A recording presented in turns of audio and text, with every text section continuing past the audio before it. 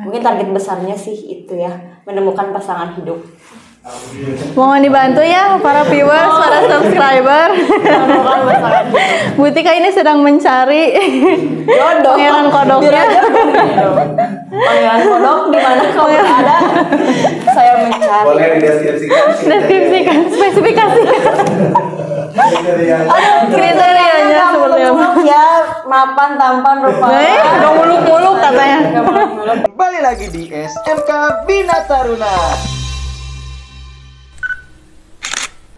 Oke nih, pesan buat kalian siswa-siswi SMP yang baru lulus, yang mau lulus tahun sekarang ya, kalian boleh coba daftar ke Bintar. Di sini ada hal menarik di Bintar, ada banyak sekali jurusan di Bintar. Siapa tahu passion kalian ada di Bintar, boleh kalian masuk ke Bintar gitu. Dan untuk yang rumahnya deket, boleh tuh main-main ke sini, lihat suasana Bintar kayak gimana, tempat praktek kayak gimana, kayak gitu-gitu, maupun perkenalan sama guru-gurunya boleh juga. Kita aja ke sini. Ya, asik-asik kita. Jadi bagi kalian yang mau bingung nih, masih bingung mau ngelanjutin kemana sekolah, yang mau lulus sekarang SMP MTS sederajat, bisa ke SMKS Bina Taruna. Nanti ketemu Dilan Milehoy. Dan ini Milea. Gitu. Bisa di mana teh? Aksesnya kalau mau daftar? Oh ya, daftarnya bisa klik link di bawah ini. Gitu.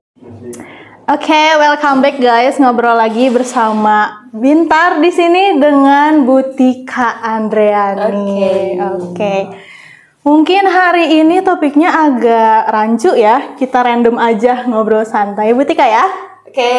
Oke, mungkin kita mulai dari pengalaman Butika nih selama menjadi guru muda. Ya. Tolong ceritakan sedetail mungkin bagaimana perasaan, pengalaman yang menarik mengenai seputar pendidikan atau apapun. Banyak banget sih kalau pengalaman, banyak banget yang dirasain itu. Kalau walaupun memang pengalaman jadi guru itu kan baru dari tahun 2023 pas ajaran baru. Ya, itu pertama kali banget menjadi guru. Oke. Ya. Waktu itu dulu masih kuliah semester 6 waktu itu.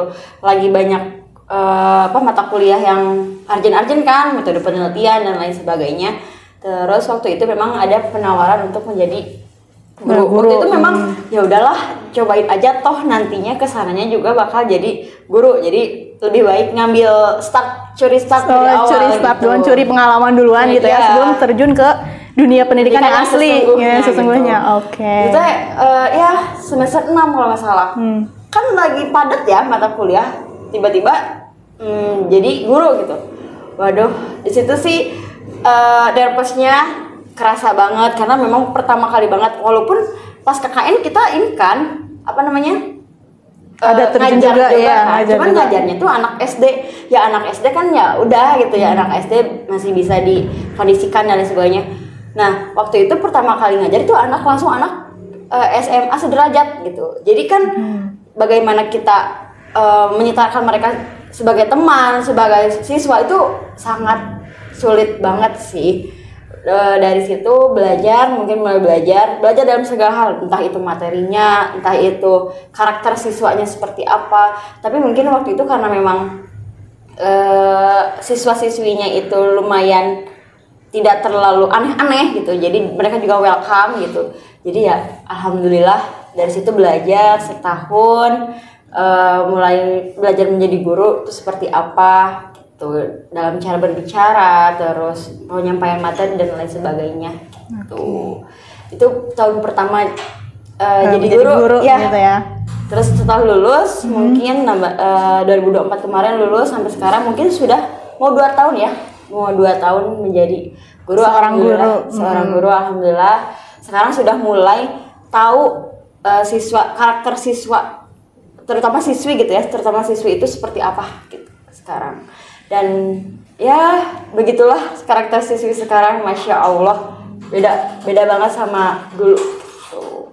Oke, lanjut ke culture shock deh. Yang paling gong.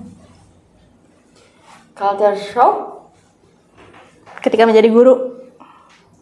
Sebenarnya nggak terlalu nggak terlalu signifikan kalau masalah culture shock. Cuman mungkin dulu kan sudah belajar jadi guru guru agama, guru.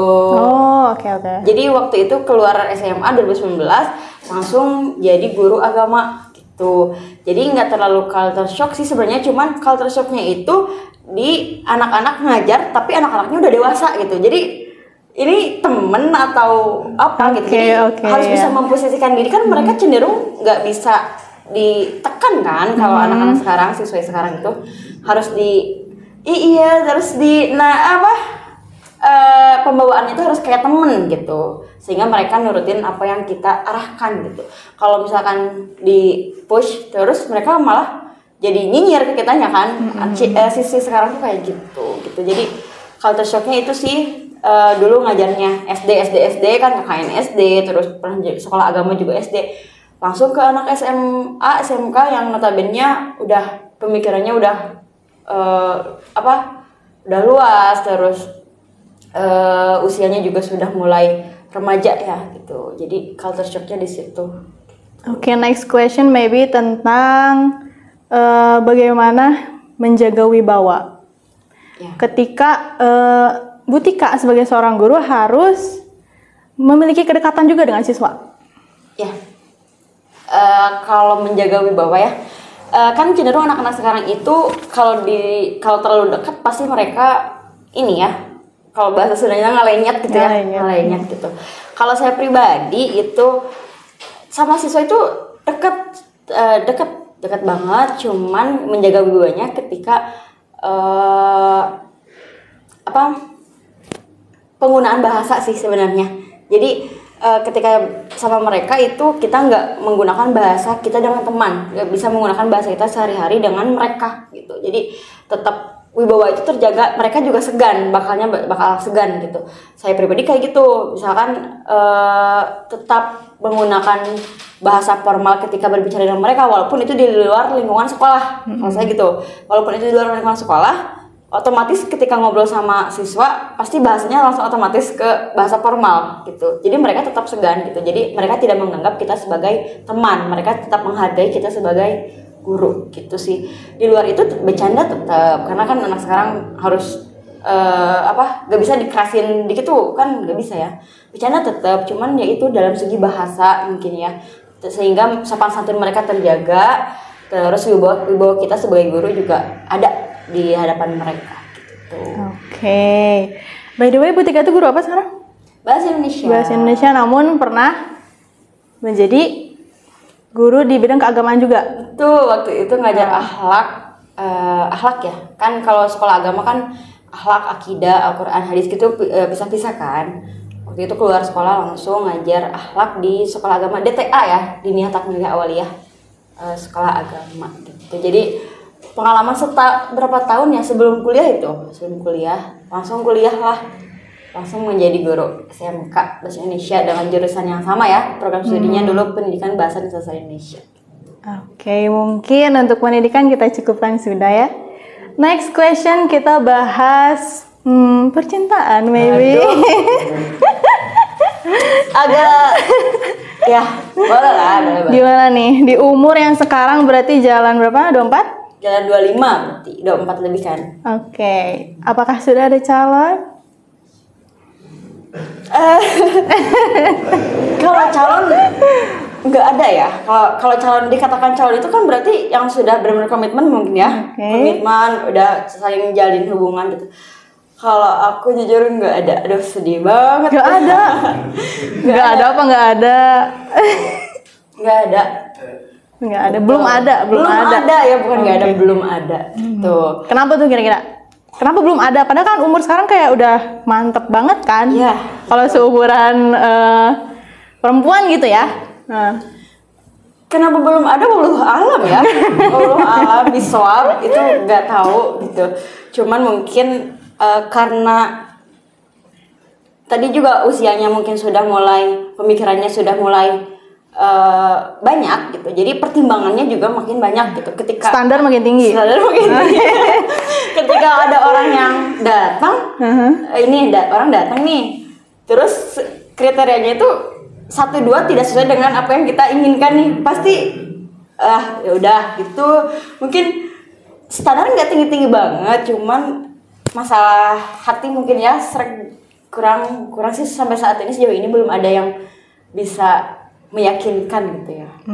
Tuh. Okay. Jadi tapi kalau yang dekat-dekat kayak gitu ya banyak. Ya cuman mereka pada nggak jelas gitu ya orangnya. Jadi kan dikatakan calon itu kan yang udah yang betul komitmen ya. Kalau iseng-iseng kayak gini mungkin ya wajar lah gitu usia sekarang. Berarti selama hidup 25 tahun ini belum ada yang pernah dibawa ke rumah? Oh udah dong. Oh udah. Dulu masih kalau masih pacaran gitu ya udah pernah gitu. Udah pernah bawa ke rumah, udah pernah. Cuman kan ujungnya ya kayak gitu. Oke kan saya tahu banget ya. Tika itu banyak banget yang deketin, bahkan ada yang sampai effortnya ber pokoknya mah. Tapi gimana tanggapannya ketika ada seorang lelaki yang memang ya kasarnya menginginkan teteh gitu, yang memang berniat baik untuk membawa seorang Butika ini ke jenjang yang lebih serius gitu, ya dengan effort yang memang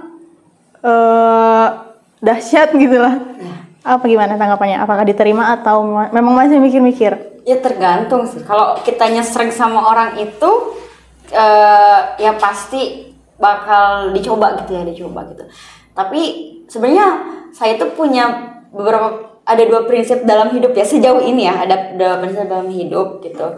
Yang pertama, saya tuh dari dulu memang nggak bisa menjalin hubungan dengan orang yang selingkungan.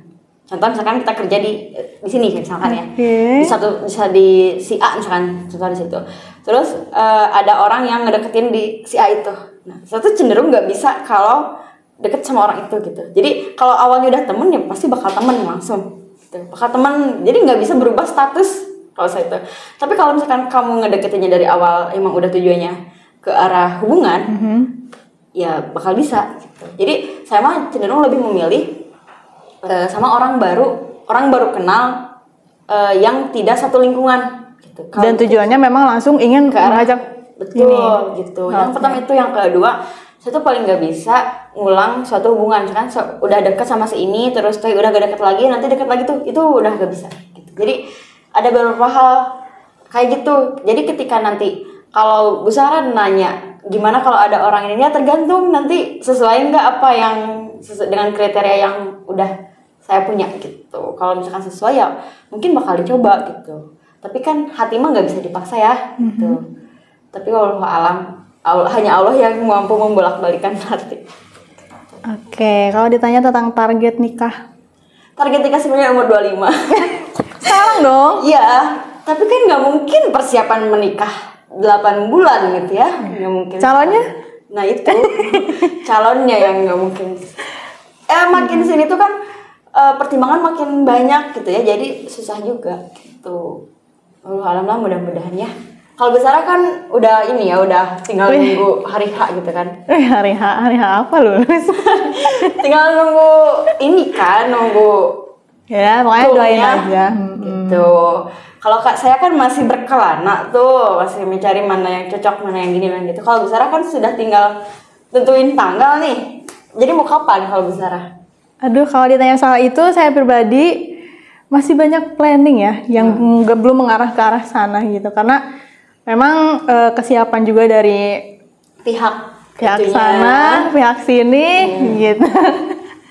Jadi masih banyak pertimbangan, mungkin seperti itu. Kalau setidaknya kan calonnya udah ada, udah jelas gitu, tinggal menentukan hari, tinggal berjuang.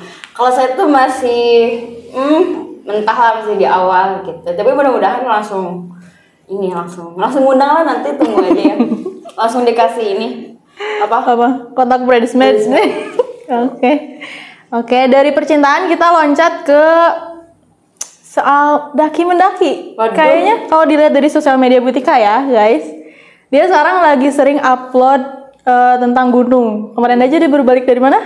Dari Gede. Coba ceritakan kenapa tuh awal mulanya Butika bisa terjun ke dunia pergunungan. Apakah dari memang FOMO atau seperti apa? Awal banget itu kan setiap bulan akhir tahun itu kan kita di SMKS Binatur itu kan ada acara kebuka negara bakti sosial itu kan, bakti sosial itu. Nah, kita kan jalan kaki ya, kita jalan kaki. Sebenarnya dari situ tuh mulai kayak, oh ternyata di alam tuh enak juga ya, gitu. Oh ternyata menyenangkan walaupun sambil ngeguru tuh capek loh, gak nyampe lah dan lain sebagainya, tapi nagih gitu. Akhirnya nagih gitu. Sebenarnya awal mula bangetnya tuh dari situ dari situ. Waktu itu. Tapi sebelumnya hobinya apa? Rebahan? Ya rebahan aja, baca novel kayak gitu-gitu. Cuman kalau traveling main suka cuman nggak terlalu lah gitu. Ke alam juga suka cuman nggak terlalu gitu. Dan dari situ mencoba kayak ke jalan-jalan yang ringan-ringan kayak ke Cileat gitu. Cileat kan cuma waktu 2-3 jam gitu kan.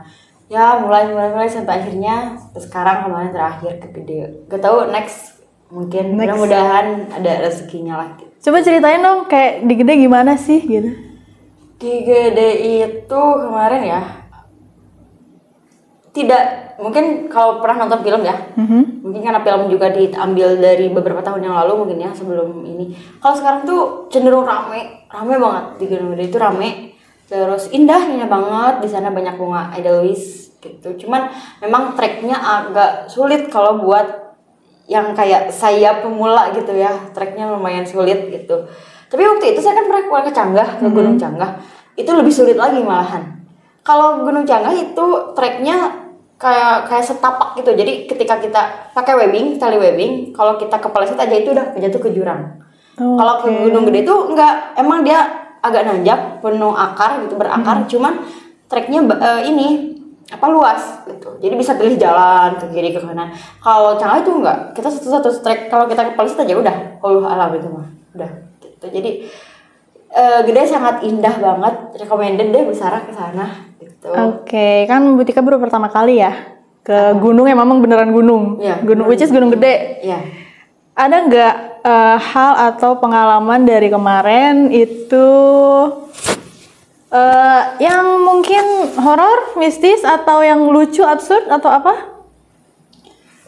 Sejauh ini ke gunung itu enggak sih. Enggak, karena realitanya ternyata di gunung itu rame di gunung itu. Gak tahu mungkin karena gunungnya emang gunung famous ya, kayak Gunung Gede kayak gitu tuh. Itu rame banget di sana. Saya pribadi memang dari kecil juga kalau kemana-mana itu memang tidak pernah merasakan hal-hal yang berbau mistis, negatif kayak gitu. Anaknya nggak mata batinnya tertutup ya? Iya. Hatinya juga tertutup saya. Gak cuma hatinya tapi mata batinnya juga tertutup. Hatinya juga tertutup gitu. Okay. Jadi nggak peka orangnya, nggak pekaan gitu ke hal kayak gitu. Aman alhamdulillah. Cuman memang pada saat pulang kan emang treknya terbagi ke beberapa jalur gitu. Saya bersama satu orang itu kepisah jalur sama yang lain gitu berdua. Oh, nyasar. Kalau nyasar enggak, dikatakan nyasar enggak karena itu treknya nanti ujungnya ke sana juga gitu. Cuman beda jalur, bukan jalur yang utama gitu. Jadi cenderung sepi. Saya pikir kenapa nggak ada yang naik ke atas gitu. Ternyata memang itu jalur yang nggak dipakai gitu, nggak dipakai. Gitu. Jadi cuma turun ke bawah aja. Dan itu sempat kayak apa nyasar gitu ya. Tapi itu nggak kerasa. Kita kayaknya ke distract sama jalan nunduk gitu loh. Jadi kepisah sama yang lain gitu. Sih, tapi sejauh ini nggak ada hal-hal yang menyeramkan karena di gunung ternyata rame banget guys, rame di gunung itu. Nagih lah, kalau udahnya tuh nagih. Kalau sekarang ya sakit kaki dan lain sebagainya.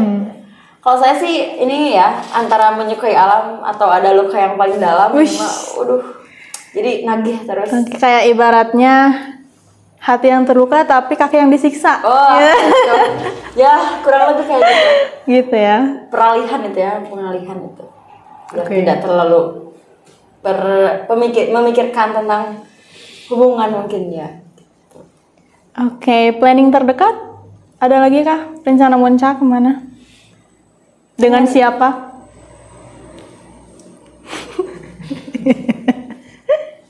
Jawab dong. Ya, mungkin dikit ya. Oke, planning terdekat pengennya ke Prau. Ke perahu. Perahu itu- Oke. Perahu itu kan pemandangannya Sindoro Sumbing yang ada di gambar Aqua itu di Aqua gunung gunung yang ada di Aqua kalau aku bilang gunung Ya, yang di kemasan Aqua gitu kemasan ya. Aqua Iya. gitu. Itu pengen banget ke situ, itu lautan awannya katanya bagus banget. Nah, pengennya ke situ. Cuma kan itu jauh, memerlukan waktu yang lumayan gitu kan. Nantilah nunggu libur pengennya ke situ dulu. Gitu. Oh, itu rencana terdekat. Rencana terdekat itu kurang lebih. Oke, mungkin. Kalau sama siapanya wallahu alam ya. Oh, Nanti kita lihat alam. nanti saja. Oke, baru rencana Baru ada. rencana, Oh, namanya juga rencana. Oke, mungkin dicukupkan ya untuk pertanyaan yang diajukan ke Bu Tika. Maybe audience ada pertanyaan? Boleh. Silakan. Pernah dikeceng sama murid gak? Dikeceng yang bener-bener dikeceng itu nggak pernah. Kalau dikeceng yang bener-bener muridnya nyepetin nge-WA gitu itu nggak pernah. Tapi kalau misalkan di kelas kayak gitu, wah itu mah udah jadi hal yang biasa ya. Siap pelajaran gini terus teh I love you dan lain sebagainya, perhatian dan sebagainya itu pasti sering gitu. Kalau misalkan anaknya yang bener-bener nih anaknya ini beda nih, misalkan ngedeketinnya lewat WA gitu itu nggak pernah. Jadi Kalau Sarah? Aduh, gak tahu ya. Ini mah mungkin pengalaman pertama kali ya kalau saya. Pas dulu tuh beberapa bulan yang lalu pernah ada anak yang ngechat yang menurut saya itu udah termasuk catcalling. Kalau misal memang di dunia nyata ya, tapi ini versi chat. Ya dia adalah bilang kata-kata yang gak sopan kayak gitu. Kalau saya itu sih. Tapi nggak pernah sih kayak misal dideketin langsung, nggak pernah. Seintens itu nggak pernah.